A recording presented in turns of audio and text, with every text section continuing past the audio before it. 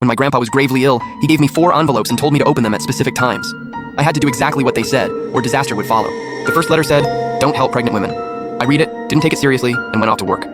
But on my way home from work, I suddenly saw a pregnant woman clutching her stomach, her face twisted in pain. I immediately went over to help her. "Ma'am, are you okay? My stomach suddenly hurts so bad. Can you take me home?" Hearing that, I suddenly remembered what the letter said, but I still gritted my teeth and agreed. But halfway there, I realized something was off. She said her home was nearby, but she led me through several side roads deeper and deeper toward the woods. There wasn't another person around. I took a closer look at the pregnant woman in front of me and suddenly noticed she was really built, with huge feet. She didn't look like a normal woman at all. That made me think of the recent serial murders. The news said the killer disguised himself as a pregnant woman and even imitated a woman's voice. And all the victims were young men. My gut was screaming at me. This pregnant woman was the killer. "Hey little bro, why'd you stop? My place is right up ahead, we're almost there. Ma'am, I just remembered something urgent. How about I walk you this far? I've gotta go take care of it." "Huh, looks like you figured me out." As soon as she said that, she pulled off the wig on her head, revealing a shiny bald scalp. I was scared out of my mind and tried to turn and run, but the next second she pinned me down. "Please, let me go. My grandpa is seriously ill at home and I still need to take care of him." But the killer wasn't about to listen. Just as he was about to strike, Grandpa suddenly rushed over and knocked him out with one swing of his cane. "Grandpa, you could barely get out of bed. How are you moving so fast now? And how did you know I was here? Don't ask so many questions, you'll know the answer someday." After saying that, Grandpa collapsed to the ground and closed his eyes forever. 3 days later, I buried Grandpa and went home, ready to get some proper sleep. But just then, there was a sudden knock at the door. When I opened it, it was actually my childhood friend, Wang Qiang. "Wang Qiang, where have you been all these years?" "I went to Myanmar to build a career, made a lot of money. Business is slow lately, so I came back to hang out with you for a few days." "Man, I'm so jealous, I've never even been abroad." "What's so hard about that? Just buy a plane ticket and fly over. Listen to me, take a few days off and come abroad with me to relax. I'll cover your food, hotel, travel, everything." "What do you say?" I nodded excitedly. Wang Qiang was generous too. He immediately took out his phone and booked 2 plane tickets, ready to take me on a spontaneous trip. "Looks like you really made money. Using 3 or 4 phones at once? They must be expensive, right?" "That's nothing. Look, the phone's already set up, then I'll give it a try." Just then, I suddenly remembered the envelopes Grandpa gave me. One of them said, "Open this the first time you go abroad." So I ran straight back to my bedroom and took out the envelope. "Chenjie, what is that?" "It's a letter my grandpa left me. He said to open it when I go abroad. I've always heard your grandpa was some kind of fortune teller. He even knew you'd go abroad." "Yeah. The flight is tomorrow afternoon. Then wait until tomorrow to open it." Just then, a message suddenly popped up on my phone. "As long as you see the link in the bottom left, anyone can join in. As long as the link is still there, you can still claim it." That night, Wang Qiang stayed in my guest room. The next afternoon, I opened the envelope. There was only one sentence. "Trust your childhood friend." The handwriting was definitely Grandpa's, but the beginning looked worn, like some words had been erased. "Chenjie, are you done packing? We need to get going." I nodded. Wang Qiang was my closest childhood friend. There was no way he'd tamper with the letter. The worn marks must have been left by Grandpa. A few hours later, we arrived in Myanmar, and a car came to pick us up. "This is my private car. I'll take you to the hotel to drop off your bags first. Then we'll go out to eat." After saying that, Wang Qiang handed me a can of soda. I took it and had a sip. Before long, I passed out. When I woke up again, I was in a dim basement. My phone and luggage were gone, and there was a stranger beside me. But Wang Qiang was nowhere to be seen. My heart sank, and I shouted, "Wang Qiang, where are you? Come save me!" "Stop yelling. No one's coming to save you. Once you're here, you just accept your fate." "Where the hell is this, and who are you?" "This is a compound in Myanmar. I was tricked here by a friend. I'm guessing you were too." Hearing that, it hit me. I had been fooled by Wang Qiang, but the letter clearly told me to trust him. What went wrong? I have a genetic disease, so they still haven't touched me. Before me, there were several healthy people here. They harvested their organs and sold them. I started shaking all over and could barely stand. Just then, Wang Qiang walked in with his bodyguards. "Wang Qiang, you bastard! I never did anything to hurt you. Why would you trick me?" "People die for money, birds die for food. I'm just trying to make a living. Guess that's what you get for being so easy to fool." "Did you read my letter?" "That's right. I did sneak a look last night. Your grandpa really was something. He even predicted you'd get scammed overseas. So you tampered with that letter?" "You idiot. The original line said, 'Don't trust your childhood friend.' I erased the word 'don't.' Damn it, I should have seen it coming." Just then, an older man walked in. "Mr. Liu, this is the new piglet I just tricked over here. His name is Chenjie, my childhood friend." "Good. Same old price then. I'll wire you the money tomorrow. I'm taking him with me now." "No problem, Mr. Liu. Take care." After saying that, Wang Qiang knocked me out with a stick. When I woke up again, I was already lying in a hospital bed with Mr. Liu standing right in front of me. "What are you trying to do? Let me go." "You must be dreaming. I paid a lot of money for you. Once the doctor finishes the checkup, I can put your organs up for sale. I'll take good care of you until someone needs them. You just want money, right? I have a jade pendant my grandpa left me. See if it's worth more than my organs." After saying that, I took out the jade pendant. The moment Mr. Liu saw it, he froze. "Wait, where did you get that jade pendant?" "I just told you, my grandpa left it to me." "Is your grandpa's name Chen Jianghe?" "Yeah, how do you know that?" Mr. Liu got incredibly excited when he heard that. "Your grandpa saved my life decades ago. Back then, I was working as a lumberjack back home. One day, I ran into a bear in the woods.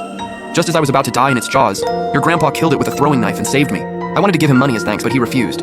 He just took out this jade pendant, showed it to me, and said, 'Xiao Liu, remember what this jade pendant looks like? If you ever see someone wearing it, please do everything you can to help them once. Consider it repaying me for saving your life.'" Oh my god, did Grandpa even predict this? "I'll arrange a flight for you back home right now. Consider this favor repaid to your grandpa." I nodded after hearing that. A few hours later, I finally made it home and immediately called the police. Wang Qiang had no idea Mr. Liu let me go. Before long, he came back home and started scamming people again. The police caught him without a problem. A few days later, I went to visit him in prison. "Chenjie, how did you escape?" "I was gonna quit after one last job." "I swear, I can't accept this. Cut the crap. I don't believe for a second you were gonna quit. You don't understand. My fiancée is pregnant. I plan to finish this one job, marry her, and start a legit business. But the one thing I was afraid of actually happened. In the end, I went down because of you. You got exactly what you deserved. After saying that, I left. 3 days later, a woman moved in next door. Her name was Chenjie. We hit it off right away and soon started dating. 6 months later, Chenjie suddenly proposed to me. Just as I was about to say yes, I suddenly remembered the third envelope. I rushed back to the bedroom, took it out, and saw the words, "Open this when someone proposes to you for the first time." So I opened it right away. There were only 6 words on the note. "Watch out, demon, run now." My heart sank. Was the demon supposed to be Chenjie? After what happened the first 2 times, I decided to trust the note. So I grabbed a baseball bat and walked up to Chenjie. "Chenjie, what are you doing? You just ruined such a romantic moment." "Romantic? Screw that. Love is garbage. I don't need it at all." After saying that, I knocked Chenjie out. Then I grabbed my bags and ran out of the neighborhood. If Grandpa told me to run, there had to be a reason. And if he said Chenjie was a demon, I had to stay far away from her. With that in mind, I rented a place out in the suburbs. Then I called and quit my factory job. Chenjie sent me a ton of messages, but I ignored them all. At this point, I didn't trust anyone. I had opened 3 of the 4 letters, leaving only the last one. But unlike the first 3, this one said, "Open this 2 days after opening the 3rd letter." 2 days had already passed, so I opened it right away. Inside was a phone number and 3 lines of text. "This is your Uncle Joe's number. Call him, give him your address, and tell him to come get revenge right away." I was completely confused. Who was this Uncle Joe? I had no grudge against him, so what revenge was he supposed to get? But Grandpa would never hurt me. Thinking that, I still made the call. "Uncle Joe, hello. I'm Chenjie's grandson. I'm at Building 6, Room 602 in the Jishu community. Come get your revenge, quick." But the moment I finished speaking, a needle stabbed into my neck.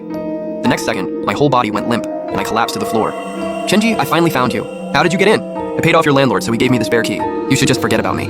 You can't force love." "Oh, stop flattering yourself. You don't actually think I like you, do you? I got close to you for a reason. I never did anything to you. Why are you trying to hurt me? Do you remember Wang Qiang? He was my fiancé. Hearing Chenjie say that, I was completely stunned. "So you got close to me on purpose just to get revenge for him?" "That's right. I was already pregnant back then. He was going to quit after one last job, but you reported him and got him sent to prison. To get revenge on you, I even forced myself to abort our baby.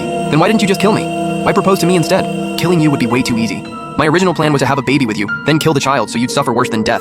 Wang Qiang tricked me into going to Myanmar and almost got me killed. He got what he deserved. Cut the crap. I'm sending you to hell right now." As soon as Chenjie said that, she got ready to finish me off. But right then, a man suddenly burst in. "Who are you? What do you want?" "I heard everything over the phone. You're Wang Qiang's fiancé, aren't you? I'm here for revenge today." "Revenge for what?" "I don't know what you're talking about. My son's name was Zhou Gang. 3 years ago, Wang Qiang tricked him into that noodle shop. Ring any bells now?" When Chenjie heard that, fear spread across her face. "That had nothing to do with me. Wang Qiang is already in prison. What more do you want? Aren't you Wang Qiang's fiancé? Then why don't you pay for his crimes first?" The man said that, then took Chenjie out with one swing of his stick. "Uncle Joe, this counts as stopping a crime. I have the phone call recorded on my phone." The man nodded when he heard that. 3 years, I finally avenged my son. "Uncle Joe, there's one thing I don't understand. Why did my grandpa have your number? Here's what happened. 3 years ago, my son disappeared out of nowhere. After searching everywhere and finding nothing, I went to your grandpa. He figured out that my son had already been killed in Myanmar. I was devastated and even thought about ending it all, but your grandpa told me to keep living. He said that years later, he'd give me a chance to get revenge, and told me not to change my phone number no matter what. After hearing that, I was totally confused. How did Grandpa have the ability to see the future? Until one day, 2 years later, I suddenly spiked a high fever. After it broke, I realized I'd somehow awakened my third eye. I could see black holes above everyone's head, rifts in time and space, connected to their past and future. So this was how Grandpa knew what was coming. I stepped into my own space-time rift and somehow went back to the day I opened the first letter. But now, I was just a spirit. No one could see me. Seeing that pregnant woman about to trick me into leaving, I rushed back home as fast as I could. Grandpa was lying in bed, gravely ill. But the next second, his eyes suddenly opened. "Jay, long time no see. Grandpa, you can see me?" "Yeah, I can. Looks like your third eye has awakened too. Grandpa, the other me is in danger. You have to save him, just like you saved me back then." "Kid, I'm about to die. How could I possibly have the strength to save anyone?" "Wait, that can't be right. Didn't you save me back then?" "Back then, you were actually the one who saved yourself. Do exactly what I say. Possess my body right now and use it to save him." Hearing that, everything finally clicked. The questions I'd had for years were answered in that moment. Then I possessed Grandpa's body and saved the other me at the very last second. The end.